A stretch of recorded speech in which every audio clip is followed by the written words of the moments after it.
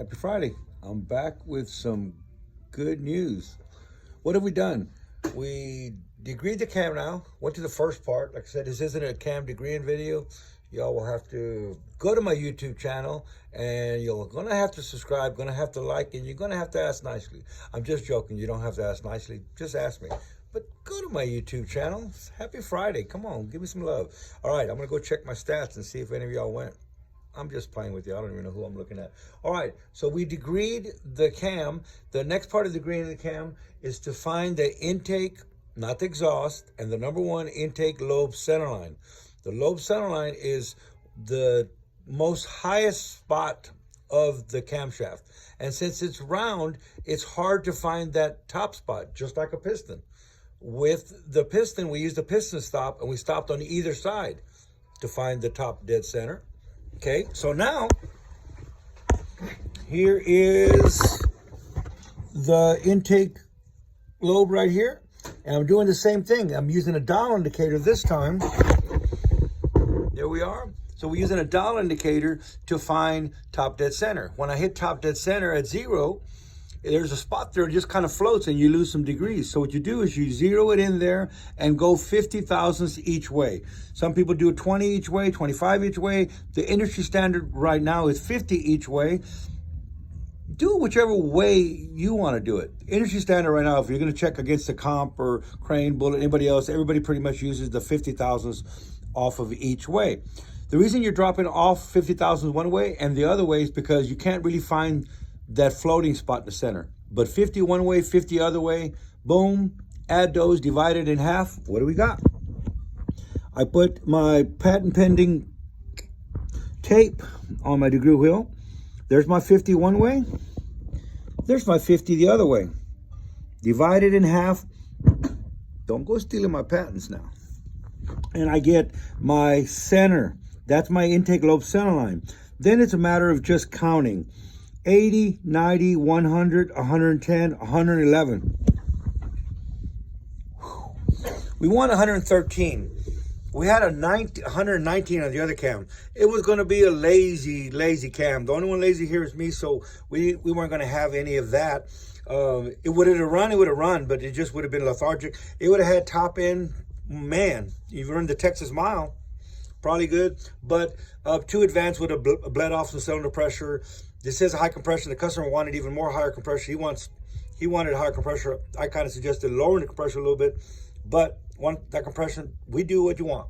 All right, so we're there, kind of, because now you're wondering, I thought all these problems. Well, these aren't all problems. You know, adversity is what you deal with, what you've been handed. So we're at 111. What do we want? Y'all remember that? We want a 113. That's 2 degrees advanced. Beautiful. If it was a chain, I wouldn't mind a couple of degrees advanced because the chain's going to stretch and we're going to get right on the money. 2 degrees advanced is going to mean a little more cylinder pressure. He wants cylinder pressure. You want cylinder pressure, you got more cylinder pressure. And it's going to be real peppy off the line.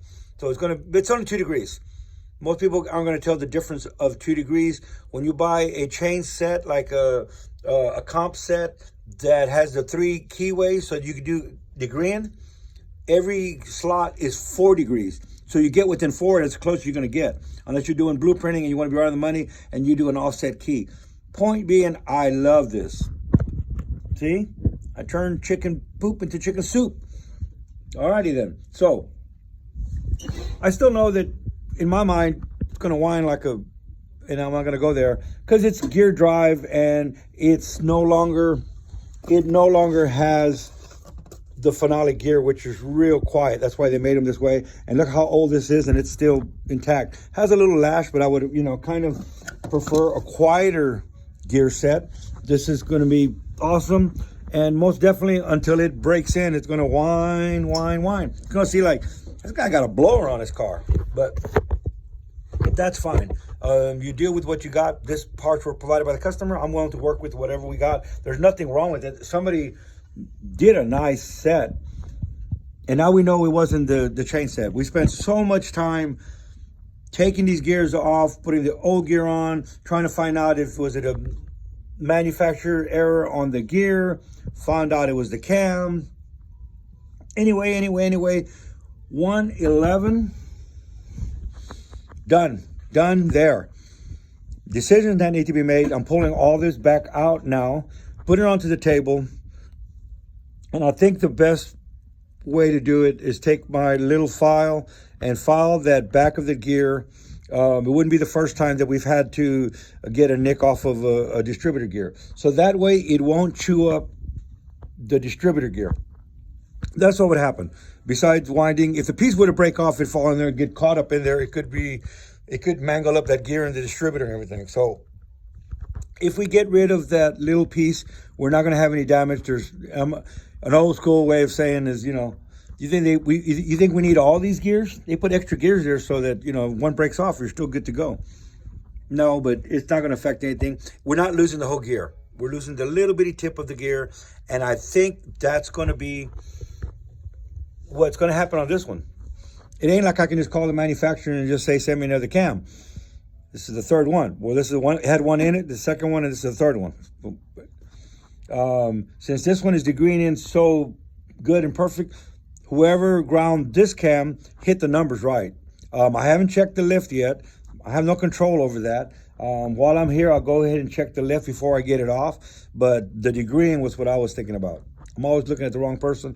I need to cover up this screen and just look at the top of my phone. I haven't even been using my real camera. All right, I guess this is it. I'm happy. Can you tell? This is a happy face. All right, Studebaker update. Happy Friday. Don't let all this stuff get in your don't mess with your joy, especially on a Friday. You don't want to take this into the weekend, right? All right, I'm done. All right, we'll see. I'll let you know what I do with the cam. Actually, I'm 99.9% sure that I am going to just fix the little gear. I might even come back on fixing the gear. The problem is, here's the problem. Once I touch it, I own it. I didn't break the gear off, so somebody needs to take responsibility in it. Whose that is? Who that responsibility is? The engine builder. Like it or don't, we can push fingers everywhere, point fingers. I can point at that Edelbrock sign up there, and that's not going to do anything. Anyway, I don't know. I'm getting out of here. Happy Friday, everybody.